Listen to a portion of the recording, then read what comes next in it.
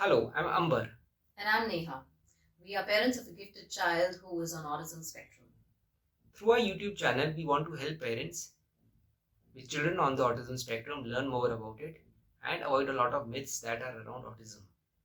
All our content is well researched, but remember, every child is unique, and there is no way that this video replaces any kind of professional medical advice or intervention. If you find this video helpful, please like this video and subscribe to our channel, and also don't forget to share it with parents uh, whose children you think are on the autism spectrum. So today we are going to talk about autism and speech delay. Now, if you're a new parent, it may be really challenging for you to distinguish between autism and speech delay, as both of them involve delayed language development. However, there are certain key differences that one should look out for. Now, before we talk about autism, let us first try to understand what speech delay is. Now, speech delay is a little different from the kids who are on autism spectrum. There are a few differences. Now, speech delay is something which anybody can have, and it is only the delay in your speech. That is, that you start talking late. You start communicating later than usual. So speech milestones are just like physical milestone, like we see when the baby starts to crawl, when the baby starts to turn on his stomach, or when can he hold his neck. So here we'll talk about a 12 months to 1 year, basically a 1 year old child, definitely, who is on delay, who's supposed to have a few things which help him communicate with the others. So signs, sounds, gestures for the wants the child has, they have to come by the months of 6 to 8. Between the months of 6 to 8, they are able to communicate through sounds and through gestures. Like if they see their mother, they want her to, pick him up or her up. So they raise their arms, and they say, take out a sound, ah, ah. Maybe just to say, communicate. They are looking at you and they're asking you to pick them up, the babies. If your child doesn't do that, you have to be a little alert. You must be a little alert. Then by the month's 18th month, the child should have a vocabulary of at least 20 words. Now, 20 words will include nouns, verbs, adjectives, prepositions as well. So not just the names of family members, like this is Dada, this is Mama, this is Dadi, Dadu, my sister, my brother. Not those, but language like garam hai, it is hot, it is hot. Sounds like, just gesturing that these things are there. It is something which you cannot touch. Pointing at a lot of things, like it's a juice that they want. So they'll take you by the hand and they'll say, okay, I want this, so I want a juice. Or they go to a toy store with you and they want a particular toy. They go, they point out, or they pick it up. They show you things. By 18 months, they should have this. They should be able to imitate. If somebody's saying goodbye to them, they should be able to say bye. And also, if they look at an aeroplane, they're able to sort of imitate that as well. Aeroplane, how does it go? So you're like, shh, it goes like that. Okay. By 24 months, the child's vocabulary, it really expands. It should expand. 50 to 100 words, combining two words. Mama, give me. I sit. They don't have all the prepositions at the proper place, but they have certain words which they can join and sort of give you a proper sense. They follow simple instructions. Come here. Give it to me. Take this. Sit there. Sit down. All these kind of things. So, by the age of 2, if these milestones are not meeting, then there is definitely a speech delay. But then there are other factors also along with this speech delay, which we are going to talk about now, that indicate red flags for autism. Now, in case of autism, a social smile is missing in the child. For example, when you see a small baby, the child will always, whenever he looks at the parents or any close member or anybody, who's is around the child quite often, he or she always gives a very cute social smile to them. Now, in case if the child has autism, this social smile is missing. Right? They will, you get a feel that the child is looking through you. He's Even though his eyes are towards you, but he is actually looking through you, and there's no smile at all. So this is something which is, if it's missing, then there is a high chance that the child may have autism.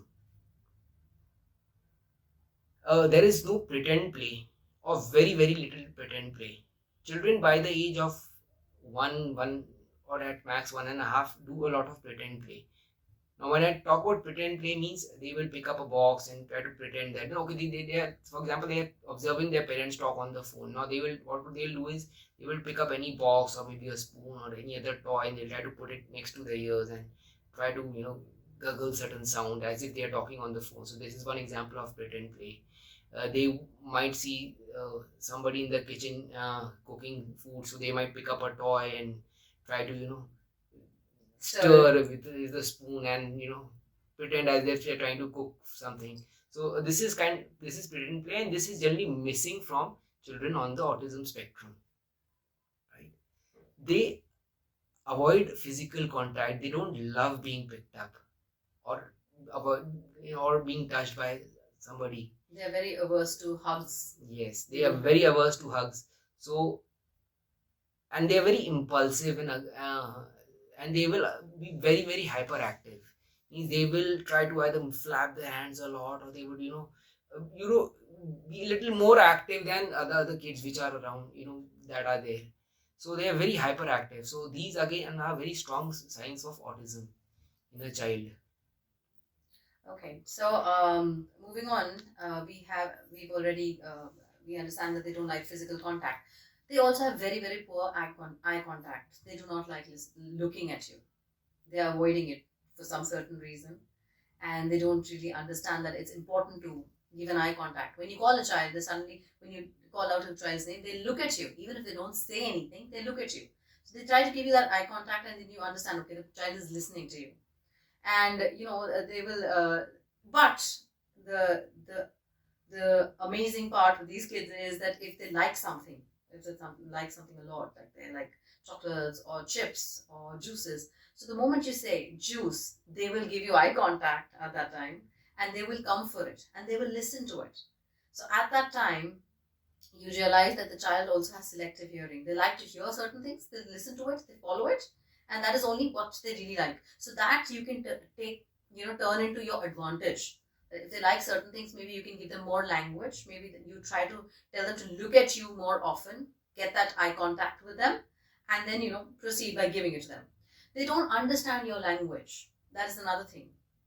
What we feel is, I'm sure we all watched, we have so many movies in Bollywood and Hollywood where you realize, that we are trying to tell the child something and they are not being able to understand, and they start crying because they cannot understand the language. That is the problem. So how to make them understand that language? It's going to happen over a long period of time. It cannot happen overnight. That, even if you're telling them, can you not understand? Of course they can't understand. That is why they are here. That is why they are on that at that platform at the moment. So what we are looking for is to make them understand that language. If they don't understand that language, it's a big, big, big red flag. Then someone in the family also started talking late. That is something we keep hearing from everyone. That, his father also spoke late. Don't worry about it. It's going to happen. But father had other skills. He could play with the other children. He could follow instructions. He was communicating through gestures. But if that is not happening, then definitely you have to be worried. It's a sign to worry about your child. Then why is he not doing these things? It's not just speech delay. It is definitely going to be autism. It is something which is going to come under that umbrella. So we have to keep in mind that these things, if they are coming there, we need to meet our pediatrician for sure. So, irrespective of whether your child has speech delay or he or she has autism, early intervention is very very important, because generally parents tend to think that, okay, my child needs intervention only if he or she has autism, but it's wrong.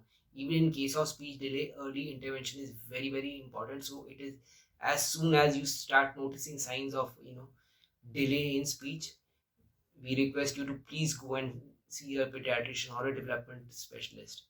Now, one point that I forgot to make here, but I just remembered, is that as I talked about social smile earlier. Now, when our child was small, let's say when almost till the age of 13 or 14 months, he had a social smile. He had some kind of eye contact. So you cannot, go back and think, okay, my child had a social smile, so he doesn't have autism. Sometimes certain red flags appear pretty late. For example, they start appearing at around 1.5 years, or by the age of 2.5 years. But if by 1.5 years you are seeing a lot of these red flags, or if you are noticing these speech delays, please go and see the doctor. So I hope you found this video helpful, and thank you for watching.